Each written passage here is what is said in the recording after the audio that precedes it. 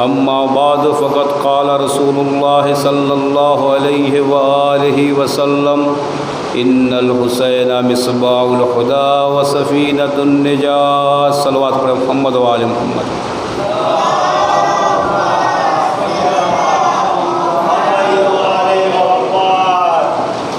अज़ान गिरामी, इस हदीस के ज़ैल में मुसलसल ये तीसरी मजलिस है जो आपके समात के हवाले करना है।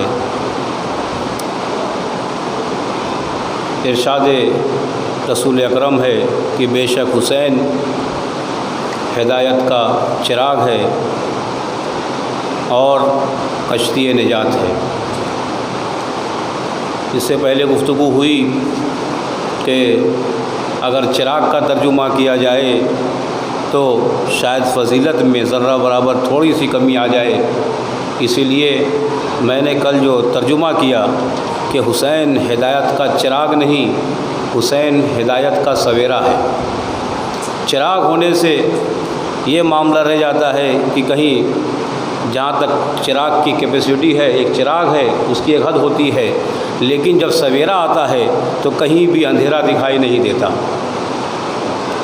आप खुद यानी इसको देखते हैं कि रात में आप चिराग जला के काम तो कर लेते हैं, लेकिन जब सवेरा आता है तो कहीं भी अंधेरा दिखाई नहीं देता। कोई ऐसी जगह नहीं होती। इसके ज़ैल मुसलसल गुफ्तगू जारी अज़ीज़ों। और ये जो माह अज़ा है, माह मुहर्रम, ये अपने बच्चों के लिए बयान कर दूं कि इसे मुहर्रमुल हराम कहा जाता है। इसकी क्या तारीख़ है, ये कब से इसको मुहर्रमुल हराम कहा गया, क्या और क्यों कहा गया, और कितने महीने हैं जिन्हें मुहर्रम हराम के नाम से याद किया जाता है। अज़ीज़ान गिरामी, इससे पहले गुफ्तगू हुई कि अरब का माशरा, अरब का दौर, मक्का के कुरैश इतनी जहालत में गर्क थे कि थोड़ी थोड़ी बातों पे तलवार निकाल लिया करते थे। और अगर किसी का ऊँट किसी के खेत में चला जाए तो सालाहा जंग चलती थी। अगर थोड़ा सा कहीं भी एक झूठी गैरत के नाम पे बड़े बड़े फसाद किया करते थे, बड़े बड़े बवाल किया करते थे। अब लड़ना भिड़ना इतना ज़्यादा हो गया था कि रोज़ाना कोई ना कोई झगड़ा पूरे माशरे में कहीं ना कहीं बिखरा रहता था, कहीं ना कहीं होता रहता था। और अगर झगड़ा ना हो तो बोलते अपने यहाँ छीन छोड़ झगड़ा लेना, ज़बरदस्ती झगड़ा करते थे। यानी अजीब दौर था, झगड़ालू लोग थे। हर वक्त फसाद, झगड़ा, मारपीट, लड़ाई, काट पीट आपकी ज़बान में। और अगर कभी सन्नाटा हो जाए तो बाज़ उसमें इतने फित्तीन हुआ करते थे, वो दूसरों की कौमों में जाते थे और वहाँ नारा लगाते थे कि मुझे बचाओ, मुझे ये कौम वाले मार रहे हैं। आज भी ऐसे लोग मिल जाएंगे। झगड़ा पूरे कौम का नहीं होता है, झगड़ा पूरी अंजुमन का नहीं होता है, झगड़ा माशरे में पूरे माशरे का नहीं होता है। किसी एक आदमी का झगड़ा होता है, वो भी ज़ाती झगड़ा होता है। किसी का ख़ानदानी झगड़ा है, किसी का अपना भाईचारे की बिना पे झगड़ा है। यानी पहले दोस्ती थी, बाद में झगड़ा हो गया। अब अकेले लड़ना मुश्किल है। अब क्या किया, कहा भाई अकेले तो जीत नहीं पाएंगे, कहा भाई हिंदू मुसलमान करा दो। अगर मामला दूसरी पार्टी का है तो हिंदू मुसलमान का झगड़ा हो गया, या अगर मामला शिया सुन्नी का है तो कहा भाई शिया सुन्नी का झगड़ा करा दो। कहा मैं शिया हूँ, वो सुन्नी माज़ल्लाह इमाम गाली बकरा है। या अगर वो सुन्नी है, वो कहता हमारे खलीफा को बुरा कह रहे हैं। तो मामला ऐसा, जो फितरीन किस्म के लोग हैं वो रोज़ आ जाओ। इसीलिए देखा गया है अगर जो रोज़ लड़ने वाले हैं उसके साथ कोई नहीं आता।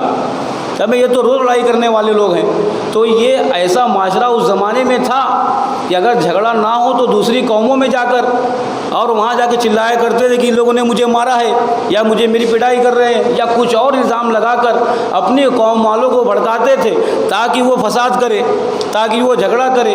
अब यहाँ भी मैंने कहा कि ये भी मंज़र अपने यहाँ अभी भी है कि झगड़ा आपका है, लेकिन अंजुमन का झगड़ा कर दिया, गैबी नगर शांति नगर का झगड़ा हो गया। भाई झगड़ा खुद का था, ख़ानदानी था, लेकिन उसको माशरे में लेकर चले आए। तो ऐसा नहीं कि जहालत ख़त्म हो गई, जहालत अभी भी बाकी है। जब आदमी अकेले नहीं जीत पाता तो पूरे घर वालों को उसमें पेर दिया करता है, उसमें लगा दिया करता है। तो मामला ऐसे था उस ज़माने का, इतना ख़तरनाक। कहा भाई रोज़ाना झगड़ा झगड़ा क्या ज़िंदगी है, हर वक्त फसाद, हर वक्त फसाद। जब देखो गाली गलौज, मार पीट, जब दो किसी का ऊँट के ऊपर लड़ाई चल रही है, किसी बच्चे को धक्का दे दिया गया है, किसी को कत्ल कर दिया गया है। यानी लड़ने के, यानी हमें हर आदमी लड़ने के लिए तैयार था, हर आदमी फसाद करने तैयार था। जब फसाद बहुत ज़्यादा हो गया, आपने बच्चों से, यानी छोटे बच्चे हैं, कहा भाई जब कभी आपने देखो दो टक्कर के आदमी हो, ना वो उसको हरा सकता हो, ना सामने वाला इसको हरा सकता हो, तो आखिर में होता क्या है, लोग लड़ते लड़ते थक जाते हैं। भाई बच्चों के लिए है, काकर दो बैल को लड़ा दिया जाए, अगर दोनों बराबर के हैं तो एक दूसरे को सींग मारते मारते आखिर में दोनों ही कोने में बैठ जाएंगे। और ये होना भी चाहिए। अगर कहीं झगड़ा हो, अगर सामने वाला बहुत चिल्ला रहा हो, अभी ना कि मौलाना तो फसादी है, का सामने वाला बहुत चिल्ला रहा हो, उधर से वो चिल्ला, दोनों को छोड़ दो, सब लड़ने के लिए मत जाओ, उन दो आदमियों को छोड़ दो अगर बराबर के हैं, का खूब लड़ने दो, लड़ते लड़ते 5 मिनट बाद खुद बैठ जाएंगे। ये सबसे बड़ा हल होता है। अगर वो मान नहीं रहा है, वो आफत मचाए हुए, का छोड़ दीजिए इनको, का लड़ते रहेंगे, आखिर में 10 मिनट लड़ेगा, 5 मिनट लड़ेगा, एक दूसरे का सर फूटेगा, बाद में बैठ जाएगा। कहा जब ये माशरा थक गया, कहा भाई रोज़ाना काम धंधा चौपट हो गया है, आज के ज़माने में केस कबाड़ा हो जाए तो आपकी नौकरी भी मामला फंस जाता है, ना कोई अपना कारखाने जा पाएगा, ना कोई कंपनी जा पाएगा, ना कोई अपना जॉब पे जा पाएगा। अगर झगड़ा बढ़ जाए तो क्या होता है, वो पुलिस उसको पकड़ के ले जा रही है, ये पुलिस उसको पकड़ के ले जा रही है, आखिर में आदमी क्या करता है, बस सुलह कर लो। ये क्या रोज़ाना झगड़ा है, ज़िंदगी गुजारना है तो कुछ ना कुछ करना पड़ेगा।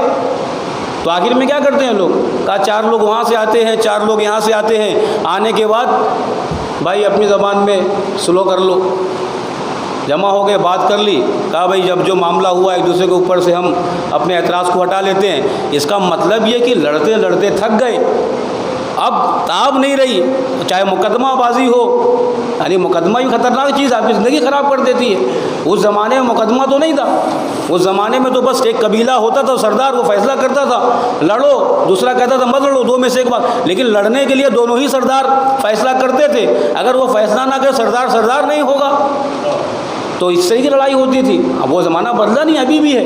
बहरहाल मैं मुकदमे की बात छोड़ता हूँ। जब ये थक गए, बहुत जल्दी बातों को ख़त्म करूँगा चूँकि वक्त थोड़ा आज कम है। जब ये थक गए, कहा भाई ये तो रोज़ाना खेती करना मुश्किल हो जा रहा है, काम करना मुश्किल हो जा रहा है। जो ऊँट चराने वाले थे, जो ऊँट पालन करते थे, कहा बेचारे जब देखो जंग में तैयार हैं तो ऊँट कौन पालेगा, बकरियां को कौन पढ़ाएगा, कौन आगे बढ़ाएगा उनको। भाई जब जंग पे रहोगे तो बकरियां क्या खाएंगी, उनके लिए खाने पीने का इंतज़ाम होना चाहिए। उस ज़माने में, आज का दौर पे आप उसको बदल लीजिए मिसालें। भाई जॉब पे कौन जाएगा, कारखाने कौन जाएगा, रोज़ लड़ाई क्या मसला है। कहा भाई कुछ लोग जमा हुए, बड़े लोग, कहा भाई ये मामला ठीक नहीं है रोज़ लड़ने का। अब रोज़ लड़ाई का काम ठीक नहीं है, बोले क्या करो, कहा लड़ा जाएगा, लेकिन अब उसका कुछ कानून होगा लड़ने का। कहा क्या कानून होगा, कहा कम से कम 4 महीना तो आदमी खामोश रहे, उसके बाद जितना लड़ना लड़े। क्या कहा उन लोगों ने, कहा भाई 4 महीना ऐसा बनाते हैं कि जिसमें कोई किसी का धन नहीं छुएगा, कोई किसी का खेत नहीं काटेगा, कोई किसी पे जुल्म नहीं करेगा, कोई किसी को मारे पीटेगा नहीं, अगर गलती भी किया है तो नहीं मारा जाएगा, अगर किसी का खेत काट लिया है तब भी कुछ नहीं कहा जाएगा, अगर किसी को कत्ल कर दिया है तब भी कुछ नहीं कहा जाएगा, जो कुछ होगा तो 4 महीने के बाद होगा, यानी लड़ा जाएगा। मगर लड़ने का अब वक्त जो है अलग हो जाएगा। अभी जो पूरा साल लड़ रहे हैं, कम से कम आदमी 4 महीने में अपना खेती बाड़ी तो कर ले, 4 महीने में अपना कंपनी में काम तो कर ले, कहा 4 महीने अपने कारखाने जाके पैसा तो कमा ले, अपने बच्चों के लिए कुछ सामान तो कर ले, कहा लड़ा जाएगा। अगर किसी ने 4 महीने में हंगामा किया, किसी को कत्ल किया, बस ये 4 महीने के बाद उसकी पिटाई होगी। अब जब फैसला होगा, जंग होगी, जो होगा। कहा भाई ठीक है, जाहिलों ने जाहिल थे मगर कानून चाहते थे कि कानून होना चाहिए। तो दोस्तों ज़िंदगी बगैर कानून के बेकार है। हर, चाहे वो घर हो, चाहे वो माशरा हो, चाहे आपकी ज़िंदगी हो, हर चीज़ में कानून होना चाहिए। जहां आपको किस वक्त आना है, किस वक्त जाना है, आपका घर है, आपको वहाँ पे कानून नाफिज करना चाहिए। बगैर कानून के क्या होगा, तो ऐसा ही मामला होगा, चाहे रात हो चाहे दिन हो, चाहे जो आए जो जाए, आपको आराम मैसर नहीं होगा। अब ये किया, वही कहा ठीक है 4 महीना जंग नहीं होगी। कहा कौन कौन से महीने में? कहा ज़िकातुल हराम, ज़िकात हराम में एक नाम रखा उसका, फिर ज़िलहिज्जतुल हराम कहा इसमें हराम, फिर मुहर्रमुल हराम कहा, फिर रजब को कहा इसमें जंग नहीं होगी। यानी ज़िकादा में, ज़िलहिज्जा में, और एक मुहर्रमुल हराम और एक रजब का, ये 4 महीने में कोई लड़ेगा नहीं। 4 महीने में आदमी सुकून शांति के साथ रहेगा। अगर इसके दरमियान कोई फसाद होता है, अगर इसके दरमियान कोई झगड़ा होता है, तो इसका मामला इन 4 महीनों के अलावा होगा। तो उन लोगों ने ये प्लानिंग की और ये एक मशवरा करके कहा भाई 4 महीना साल में कम से कम 8 महीने लड़िए, क्या 4 महीना तो कम से कम खामोश रहिए। का ये हुक्म नाफिज हो गया उस दौर में, जहालत के दौर में। अच्छा, जब इस्लाम आया तो इस्लाम ने बहुत सारे कानून को बातिल किया, लेकिन इस कानून को बाकी रखा। रसूल अकरम आए, आने के बाद भाई तुम्हारा फला कानून ख़राब है, उसको हटा दिया। कहा तुम्हारे यहाँ इस तरीके का निकाह वो ख़राब है, उसको हटा दिया। तुम्हारे यहाँ इस तरीके का ये कानून था, उसको हटा दिया। कहा ये 4 महीने वाला, खुदा ने कहा नहीं 4 महीने वाला रखो, वरना ये फिर पूरा साल लड़ने लगेंगे। सलवात पढ़े मोहम्मद व आले मोहम्मद पर।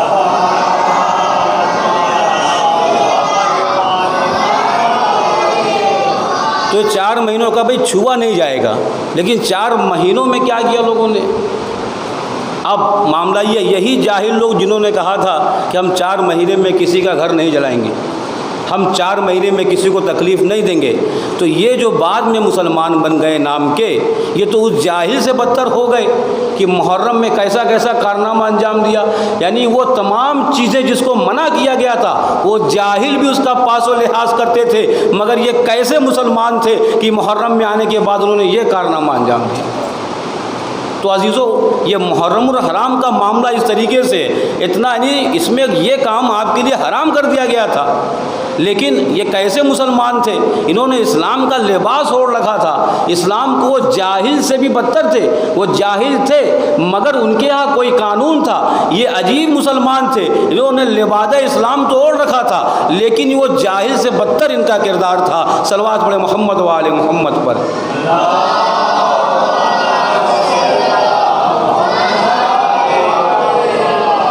अच्छा, वो सोच रहे थे कि अगर हम ये काम कर देंगे, जबकि इस काम में मना किया था काम ना किया जाए, तो इस्लाम निस्व नाबूद हो जाएगा, इस्लाम ख़त्म हो जाएगा। इस्लाम पहले भी दर्सगाह था, इस्लाम पहले भी क्लास थी आपकी, जो लोग आते थे वहाँ से सबक हासिल करते थे। जो रसूल अकरम के क्लास में आ गए, जो हुजूर अकरम के दर्स में आ गए, तो वो जब निकलते थे तो बाकायदा उनके जुमलात के असर इनके ऊपर होते थे। बहुत सारे वाक़यात मशहूर हैं उस ज़माने के। एक आदमी जो नहीं जानता इस्लाम को, वो आ गया रसूल अकरम के पास। आने के बाद जब पलटा, तो पलटने के बाद माँ बाप पूछते हैं कि तुम कहाँ से आ रहे हो। यानी इससे पहले माँ बाप ने कभी कुछ नहीं पूछा। जब पलटे हैं जनाब अम्मार और माँ बाप खिदमत शुरू की, कहा बेटा कहाँ से आ रहे हो, इससे पहले तो ये खिदमत देखी नहीं गई, इससे पहले तो तुम्हारा ये अमल हमने नहीं देखा। कहा वहाँ से आ रहा हूँ जहाँ से इंसानियत की बका होने वाली है। अजीज़ों, यानी ये दर्स है। और ऐसे ही चूँकि दर्सगाह शुरू से आती रही है, मैंने कहा जनाब आदम से लेके, लेकिन ये इतने ख़तरनाक लोग थे इसलिए आखिरी पैगंबर को आना पड़ा, और उससे ख़तरनाक लोग आए तो इमाम हुसैन को अपनी दर्सगाह लगानी पड़ी कि आना है तो हमारे यहाँ सीखो, हमारे यहाँ जानो कि इताअत किसे कहते हैं, इताअत वालिदैन किसे कहते हैं, भाई के हुकूक क्या है, बच्चे के हुकूक क्या है, इस्लाम क्या है, हमसे सीखो। और अजीब मसला है, ये ऐसी दरसगाह है जहाँ आप बैठे हैं। अभी मैं कहूँ किसी ज़ईफ़ आदमी से आइए आपको इंग्लिश सिखाता हूँ, कहेंगे मौलाना अब मेरी उम्र कहाँ रही। अगर कोई 70 साल का बूढ़ा हो, मैंने कहा ऊपर क्लास है इंग्लिश का, मेरे पास आइए आप इंग्लिश सीखिए। मुंह बनाएगा, मुस्कुराएगा, कहेगा मियाँ मौलाना आपकी उम्र में से बहुत कम है, लेकिन अब ये उम्र नहीं रही इल्म हासिल करने की, इंग्लिश सीखने की। फिर मैंने कहा भाई अच्छा मराठी सीख लीजिए, तो और तेज़ हंसे। कभी मराठी तो कैसे सीखेगा आदमी। कहा मैंने बताया कि मैं बूढ़ा हो गया हूँ, अब मेरे साथ ऐसा मामला नहीं है। अच्छा, मैंने कहा एक बच्चा था, छोटा सा था, मैंने कहा ओ बेटा तुमको जो है हम क्या नाम है SSC किताब पढ़ाते हैं। वो कहेगा मैं इतना छोटा हूँ, आप मुझे SSC किताब में बुला रहे हैं, लगता है मौलाना का दिमाग ख़राब हो गया है, या मैं कहीं और उसको लेके जाऊँ बड़ी क्लासों में। या अगर कोई अधेड़ उम्र का आदमी है, मैंने कहा तुम काम धंधा छोड़ो, आओ यहाँ पे फ़लाँ किताब सीखो। लेकिन जब वो जवाब देगा तो क्या देगा आपको? कहेगा मेरी उम्र ख़त्म हो गई है। लेकिन ये वाहिद मुहर्रम, ये फ़र्श ऐसा ऐसी दरसगाह है, यहाँ बूढ़ा भी आता है, बच्चा भी आता है, और मिडिल क्लास के यानी जो अधेड़ उम्र का है वो भी आता है। कोई हंसता नहीं है कि मेरी उम्र ज़्यादा हो गई है, कोई ये नहीं कहता मैं भी तो बच्चा हूँ। चूँकि ये दरसगाह ऐसी है, अगर बूढ़ा आता है तो बूढ़े के लिए हबीब इब्ने मज़ाहिर का दर्स है, अगर जवान आता है तो जवान के लिए अली अकबर का दर्स है, अगर बच्चा आता है जनाब अली असगर का दर्स पेश किया जाता है।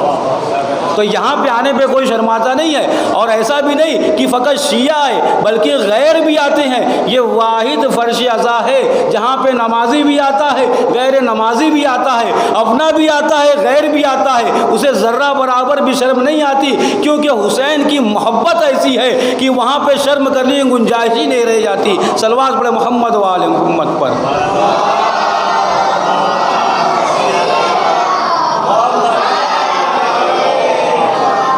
और चूँकि रसूल ने फरमाया मेरा बेटा हुसैन मिसबाह हिदायत है, हिदायत का सवेरा है।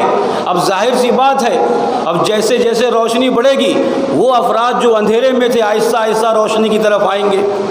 अगर चिराग जल रहा हो, अगर कोई अक्लमंद आदमी है वो उसके करीब आएगा, वो ये नहीं देखेगा कि चिराग कौन सा चिराग जल रहा है, वो सिर्फ चिराग नूर को देखता है। अब वो आने वाला ये देखता चिराग कौन जला रहा है, वो रोशनी में आना शुरू कर देता है। इसी बिना पे कहा था कि मेरा बेटा हुसैन नूर हिदायत है। का जब ये नूर जलेगा तो अपने भी आएंगे और गैर भी आएंगे। अगर नूर दिखाई देता होगा मगर वो इस दुनिया में अंधे होंगे तो आखिरत में अंधे रह जाएंगे। उन्हें ये नूर कहाँ दी? सल्लल्लाहु अलैहि मोहम्मद वाले मोहम्मद पर।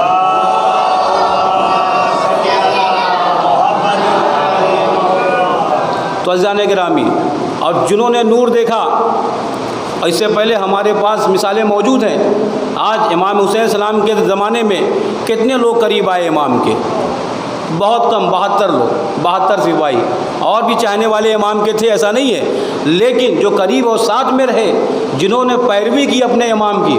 कल मैंने इमाम के बारे में बताया था, इमाम का मतलब होता है वो आपके आगे है, आप उसके पीछे भी चल रहे हैं। जैसे जैसे इमाम चलता है वैसे वैसे आपको चलना है। अगर आपका कदम हटा इसका मतलब आपने पैरवी नहीं की, आपने इत्तिबा नहीं की। और ये सब मसाइल हमको पहले से ही मालूम है, चूँकि हमारे फ़कत इमाम हुसैन इमाम नहीं है, बल्कि मौलाए कायनात इमामत करके बता दिया कि देखो मेरे चाहने वालों की तरह रहो। अगर मुझे चाहते हो तो जैसे मेरे चाहने वाले हैं तुम भी अपने ज़माने के इमाम के साथ ऐसे ही रहना। हमारा दौर जिस दौर में गुजर रहा है, हमारा इमाम हमारे सामने नहीं है, लेकिन हमारे पास तारीख़ इमामों की है कि किस तरीके से लोगों ने इमाम की पैरवी की है, किस तरीके से इमामत का लिहाज किया है। ऐसे भी लोग रहे हैं जो इमाम के रास्ते पे चलने वाले हैं, और ऐसे लोग भी हैं जो इमाम के रास्ते से अलग हट गए और शैतान के रास्ते पे चले गए। अज़ीज़ों, इतनी मोहब्बत, ऐसी मारिफत इमाम की, ऐसी मोहब्बत इमाम की कि ज़बान काट ली जाती है मगर मोहब्बत से बाज नहीं आते। सूली पे लटका दिया जाता है, पैरों से रगें काट दी जाती हैं, लेकिन ये कहा जाए कि अली को बुरा कहो, कहा नहीं हम अली को बुरा नहीं कह सकते। जिसको दी जनाब मीसे में तम्मार को देख लीजिए, जनाब कुमैल को देख लीजिए। बेटी ने पूछा आके कि बाबा बहुत तकलीफ़ हो रही होगी, वो बेटी भी कितनी बहादुर है कि बाप को सूली दे गई है और आके सवाल करती है, ए मेरे बाबा आपको तकलीफ़ हो रही होगी। कुमैल मुस्कुराते हैं, कहा बेटी मोहब्बत अली में तकलीफ़ कहाँ। जब अली की मोहब्बत आ जाती है, आपने क्लिप देखी होगी अपने पड़ोसी मुल्कों में अज़ादारों को ज़िबा किया जा रहा है, कोई भी अज़ादार हाथ जोड़ते नज़र नहीं आता है। इसका मतलब यह है कि मोहब्बत अली कूट कूट के भरी हुई है। अब खंजर लगाया जाए या बम से उड़ाया जाए उन्हें कोई फर्क नहीं पड़ता। सल्लल्लाहु अलैहि मोहम्मद व आले मोहम्मद पर।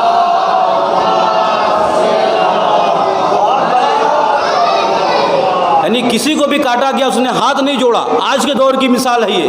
पड़ोसी मुल्क में अली के नाम पे कत्ल किया, सजदगा के नाम पे कत्ल किया गया, लेकिन कोई भी हाथ जोड़ते हुए नजर नहीं आया कि मुझे माफ़ कर दो, आइंदा नहीं करूँगा। सामने इस तरीके से पेश आए तो वो ज़माना मुझे आ गया कि जनाब मीसम भी ऐसे ही आए होंगे। कहा लो तुम मेरे हाथ पैर काटोगे, मैं अली के फ़ज़ाइल मुँह से बयान करूँगा। कहा तुम्हारी ज़बान काट दूँगा। आपने मशहूर नाम सुने हैं इमाम के। इस तरीके के बहुत साहबी हैं, ये हमें बताते हैं कि कल को जब तुम्हारा इमाम आएगा तो कम से कम इनके जैसी तो मोहब्बत तुम्हारे अंदर होना चाहिए।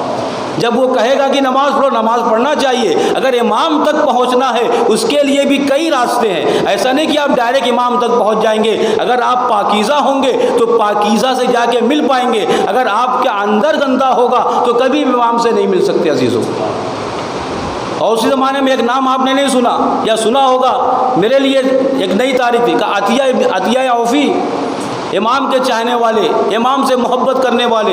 हज्जाज के ज़माने में उन्हें गिरफ़्तार कर लिया गया, कहा कि अली को बुरा कहो, यहाँ तक कि कहा कि बाल काट दिया गया, दाढ़ी नोच ली गई। इस तरीके से उनको यानी खून का प्यासा। हज्जाज सबसे बड़ा जालिम आदमी, जब वो यानी मरा है, जब इस दुनिया से जहन्नम वासिल हुआ है तो बाकायदा ऐसे ज़िंदान थे जहाँ पे सादात को बरहना कैद कर दिया गया था, बल्कि ख़वातीन के साथ कैद किया गया था। इतना जालिम आदमी और इतना मक्कार आदमी, इतना ख़तरनाक आदमी कि जब वो शियों को कत्ल करता था तो कहता था कि ज़रा आहिस्ता कत्ल करना, कहीं खून का छींटा मेरे ऊपर ना आ जाए, मेरा कपड़ा नजीस हो जाएगा। यानी इस तरीके का आदमी।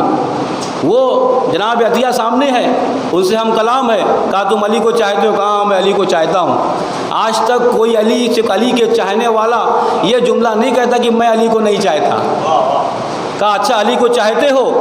कहा अली की तुम पता है कि मैंने क्या कानून बना रखे हैं? कहा क्या कानून बनाया है तुमने? कहा अली को चाहने वाले को फांसी होगी, अली के चाहने वाले की गर्दन काटी जाएगी। अली का नाम अगर कोई अपने ख़ानदान में रखेगा उसके घर को तहस नहस कर दिया जाएगा। अगर ख़ानदान में किसी बच्चे का नाम अली हुआ पूरे घर को ख़राब कर दिया जाएगा। कहा यह सब पता है? कहा पता है। कहा अली की मोहब्बत से बाज आ जाओ। तो मुस्कुराए। उसके बाद फिर जब उसका ज़ोर बढ़ा, कहा अगर तुम अपनी जान चाहते हो तो एक मरतबा मिंबर पे आके अली को बुरा कह दो। अतिया ने कहा अच्छी बात है। ये ख़बर जैसे ही मशहूर हुई, जो मुहिब्बान अली थे, जो अली के ग़ुलाम थे, कहा अतिया ने ये क्या कर दिया? अभी तक तो कोई हमारे पास कोई ऐसा उदाहरण नहीं था, कोई ऐसी मिसाल नहीं थी कि अली का चाहने वाला अली की मोहब्बत से मुकर गया हो, अली का मानने वाला अली से हट गया हो। ऐसी ऐसी तारीखें हमारे सामने पड़ी हैं। हुजर बिन अदी कहते हैं कि जब उन्हें पकड़ा गया और पकड़ने के बाद कहा गया कि अली को बुरा कहो, कहा अली की मोहब्बत में पकड़ा गया। कहा अली को बुरा नहीं कह सकता। कहा बाप बेटे दोनों को पकड़ा गया। कहा कि पहले किसको कत्ल किया जाए? कहा कि मेरे बेटे को कत्ल कर। कहा क्यों? क्या बूढ़ा बाप इस जवान की लाशों को दे सकता है? कहा कि नहीं, मुझे खौफ ये है कहीं तू मुझे कत्ल कर दे और मेरा बेटा मेरे कत्ल को देखकर अली की मोहब्बत से ना फिर जाए। मेरे बारे में तो यकीन है मैं अली के नाम से हटने वाला नहीं हूँ। तू पहले मेरे बेटे को कत्ल कर, बाद में मैं अली की मोहब्बत में साबित कदम रहने वाला हूँ। ऐसे लोग गुजरे। अतिया ने कहा ठीक है, मैं सुबह जो है जिस दिन भी कहो मैं अली को बुरा कहूँगा। अब ये मुस्कुराया, कहा कि काम तो बन गया। आज कोई टूटा है तो अली की मोहब्बत में एक शख्स। और वाकई जो अली के चाहने वाले थे, बाकायदा ये लोग हिर्स करते थे, वो करते थे कि काश हमारे पास अली के 2 चाहने वाले होते। जो 60 हज़ार आदमी एक पैजामा देख के रो रहे थे, ऐसे मानने वाले अमीर शाम के लोग थे। अमर आस आता है, कहता है कि अगर तुझे पता है तेरे पास कौन लोग हैं? कहा कि हाँ मुझे पता है, बहुत अक्लमंद लोग हैं। कहा कि अक्लमंद नहीं है, सबसे जाहिल लोग ये हैं। कहा एक पैजामा किसी का टांग दिया जाए और कहा जाए ये फलाने का पैजामा है तो 60 हज़ार आदमी रोना शुरू कर देते। कहा कोई अली जैसा कोई आदमी तुम्हारे पास? कहा अली जैसा आदमी तोड़ना मुश्किल है, अली जैसा जो गुलाम है उसको लाना मुश्किल है। कहा ये तो बस इनका पेट भर रहा है, इनकी मिसाल हैवानों की तरह है। कहा नहीं, ये भी हमारे यहाँ भी समझदार आदमी है। तो हमारे यहाँ चालाक था, उसने कहा कि मैं क्या साबित कर दूँ कि जो तेरे पास जो लोग हैं वो सबसे अहमक तरीन लोग हैं और तू अहमकों का बादशाह है। का तेरे बड़ा कोई अहमक नहीं है, तू लोगों को अहमक बना के उस पर बादशाहत कर रहा है। का साबित करके दिखा। का साबित करने के लिए अमर आस मिंबर पे खड़ा हुआ। खड़ा होने के बाद कहा कि जिसकी ज़बान की नोक नाक की नोक से मिल जाएगी फवजबत लहुल जन्ना, का उसके लिए जन्नत वाजिब हो जाएगी। क्या कहा उसने? कहा एक ऐसी रिवायत, नकली रिवायत ऐसी कर दी मिंबर पे। कहा कोई आदमी अपनी ज़बान की नोक को नाक की नोक से मिला देगा तो क्या होगा, वो जन्नत उसके लिए जन्नत में दाखिल हो जाएगा। अब जो लोग मिंबर के नीचे बैठे थे, एक समंदर था लोगों का, तो अमर आस ने कहा अमीर शाम से, कहा देख हर आदमी अपनी ज़बान निकाल के नाक पे लगाना चाह रहा है। कहा ऐसे लोग तेरे पास हैं, क्या अली जैसा एक आदमी भी तेरे पास हो तो पूरी दुनिया पे हुकूमत कर लेता। तो क्या हुआ, इतने लोग बैठे हैं हर आदमी, और फिर जब इसने मुस्कुरा के देखा कि अमीर शाम भी अपनी रिदा के आड़ में कोशिश कर रहा है कि ये नोक यहाँ मिल जाए, सलवात पढ़े मोहम्मद वाले मोहम्मद।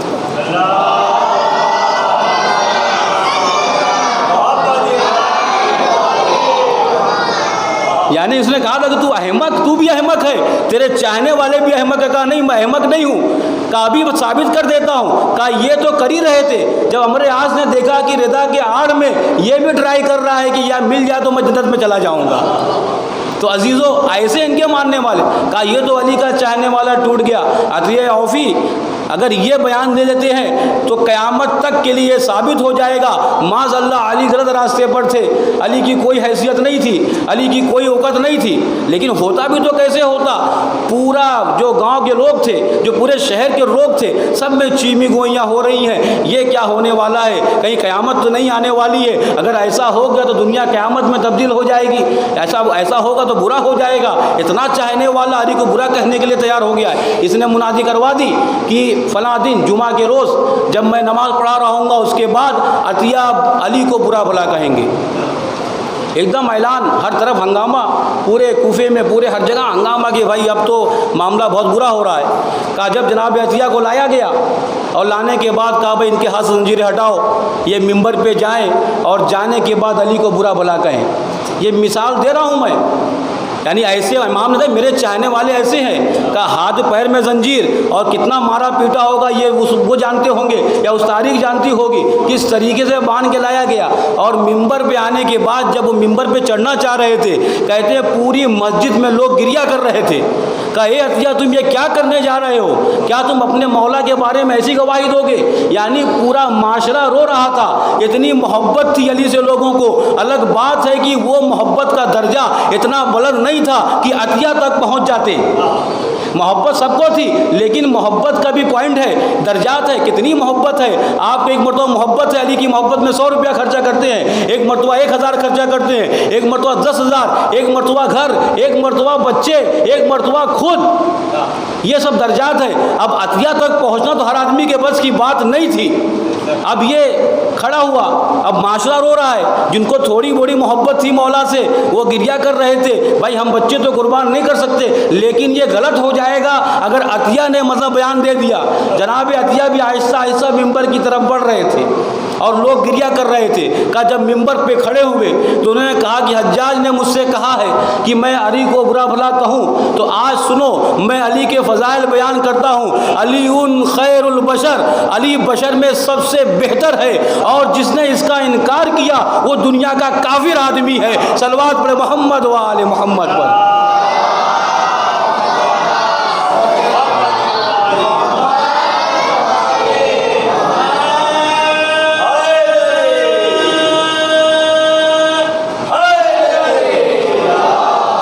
इतनी सख्तियों के बाद बाल काट लिए गए, कितनी अजियतें दी गई हैं, और मामला ये है कि उसके बाद भी कहा जब ये जुमला कहा खींच लिया गया मिंबर के नीचे, इससे ज़्यादा और फ़ज़ाइल ना बयान भी ना कर पाए। और चुना भी तो किस रिवायत को सुना, कहा अली खैरुल बशर, अली बशर में सबसे बेहतर, और जिसने इनका इनकार किया वो काफिर है।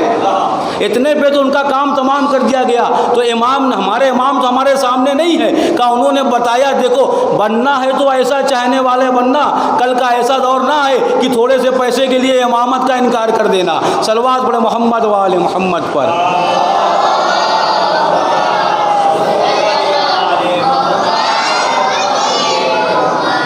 तो एक नमूना है पैरवी इमाम का।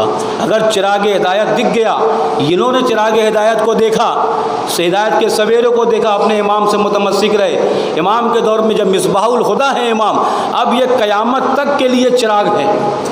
अब यहाँ पे इमाम अपने चिराग से रोशनी देते रहेंगे। अब आपके ऊपर है कि किस तरीके से हिदायत को हासिल किया जाए। यानी इमाम ने ऐसे दौर में भी शहीद हो गए हैं, अभी भी लोगों की हिदायत करते रहते हैं। इमाम नाम है लोगों को गुमराही से निकालने का। इमाम आया इसीलिए होता है कि लोगों को जुल्मत से बाहर निकाले और उन्हें कमाल तक पहुंचाए। अपने से मिला ले, इमाम से मिल जाएगा तो कमाल तक पहुंच जाएगा। अजीज़ों, अभी के दौर में भी ऐसा नहीं इमाम पर्दे गैब में है, लेकिन इमाम भी मदद करते रहते हैं। इमाम हुसैन भी आज भी हिदायत करते रहते हैं।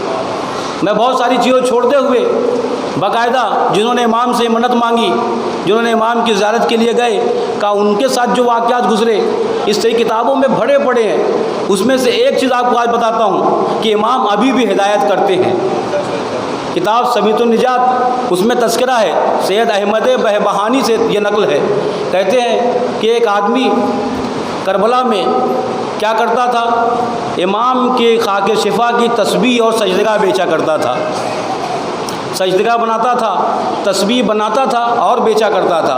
कहा ये इमाम की कब्र से है, इमाम की मिट्टी है, जब हम लोग लाते हैं खाके शिफा है जो मुतबर्रिक है, और बेचा करता था। और बाकायदा एक महंगे दामों पे या अच्छे दामों पे उसको बेचता था। अभी भी जाइए, आप बोले कि वहाँ पर जाएंगे आप तो आपको एक मरतबा तस्बीह मिलेगी, मतलब 50 रुपये की, एक मरतबा नहीं 500 रुपये की तस्बीह मिलेगी, एक मरतबा 1000 की मिलेगी।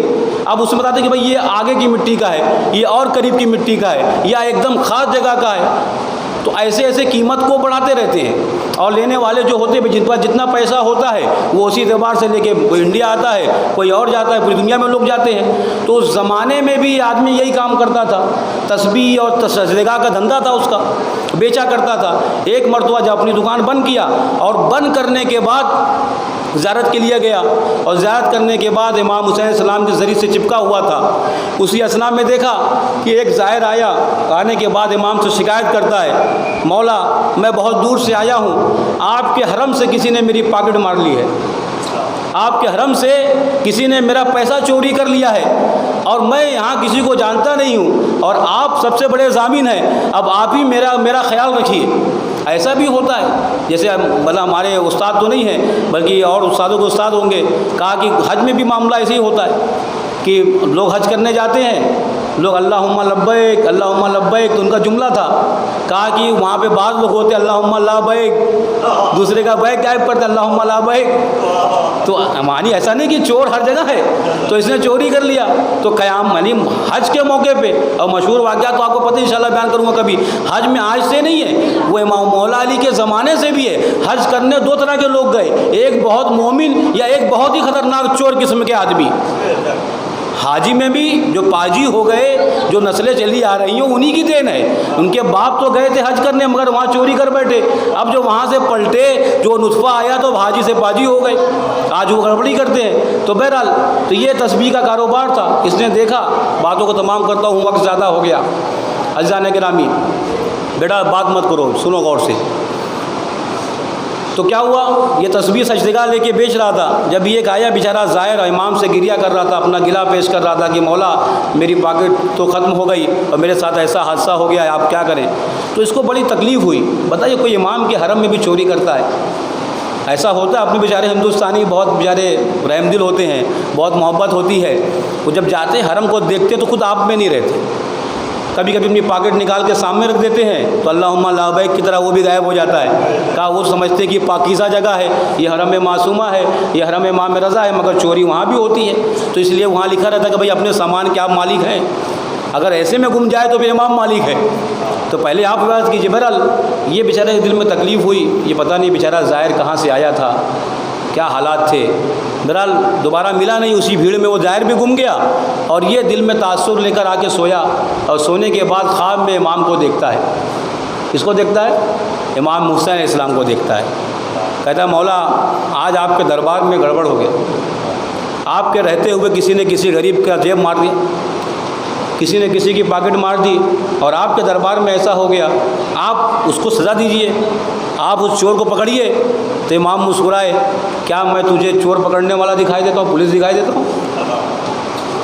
नहीं, इमाम ने कहा उससे, तो क्या चाहता है कि मैं चोर पकड़ूँ अपने हरम में? लोग ज़ियारत करने के लिए आते हैं। कहा मौला उसने पता नहीं बेचारा वो दोबारा गरीब मिला नहीं, वो कहाँ चला गया नहीं मालूम, उसका पैसा गायब हो गया, मुझे बहुत तकलीफ़ है। का इतनी तकलीफ़ है तुमको? अगर तुम चोर पकड़ने की बात करते हो तो सबसे पहले मैं तुमको पकड़ूंगा। इमाम ने क्या कहा कि सबसे पहले अगर चोर ही पकड़ना है तो सबसे पहला चोर तू है, उसके बाद वो दूसरा चोर जो मेरे यहाँ से चोरी कर रहा है। कहा मौला मैं कैसे चोर हूँ? कहा एक बात बता, तू तस्बीह सजदगा बेचता है नहीं बेचता है? कहा बेचता हूँ। कहा ये तेरा माल है मेरा माल है? कहा ये तेरा माल है मेरा माल? कहा मौला ये खाके शिफा है, ये आपका है। तो कहा फिर मेरे माल को बेचता है और पैसा क्यों लेता है? भाई मेरी चीज़ को बेच रहा है तो पैसा ही मेरा होना चाहिए।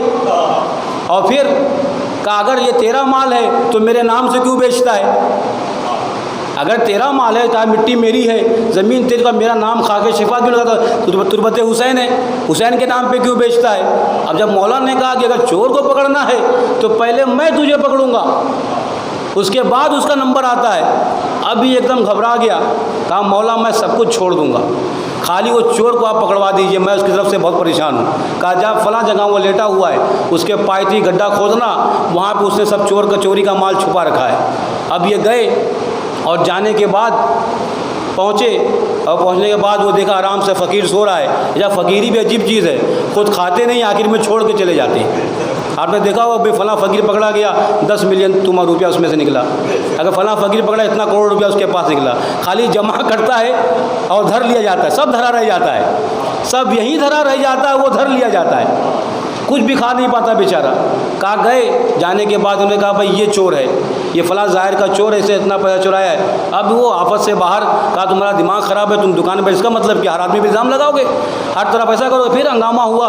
कहा मुझे मौला ने बताया है। जब मौला की बात आई तो वो खामोश हो गया और उसको खोदना शुरू किया। दलील ये थी कि अगर पैसा निकलता तो ठीक, और नहीं निकलता उनकी पिटाई बहुत होती। कहा बहरहाल खोदा गया, खोदने के बाद वो पैसा निकला, और निकलने के बाद वो पैसा उस ज़ाहिर को दिया गया जिसका वो पैसा था। उसके बाद ये कहते हैं, इनका नाम मेरे जहन में नहीं आ रहा है, कहा ये कहते हैं, कहा तुमने अभी एक चोर पकड़ा है, आओ तुम्हें दूसरा चोर भी दिखाता हूँ। कहा सबको जमा किया और ले जाने के बाद अपनी दुकान पे गए। कहा ये दूसरे चोर की दुकान है, जो माल किसी का और है, नाम पे किसी के और बेचता है। सलवात पढ़े मोहम्मद वाले मोहम्मद पर।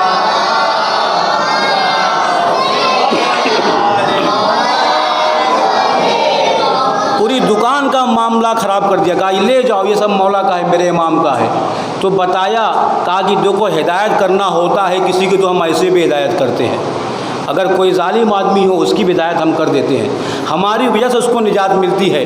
कहा अज़ीज़ो वाक़न जो ये सिलसिला है इमाम के हादी होने का, इंशाअल्लाह दूसरे फ़िक्रे पे गुफ्तगू होगी। अभी तो मिसबाह हिदायत है इमाम, कश्ती निजात के ऊपर गुफ्तगू होगी।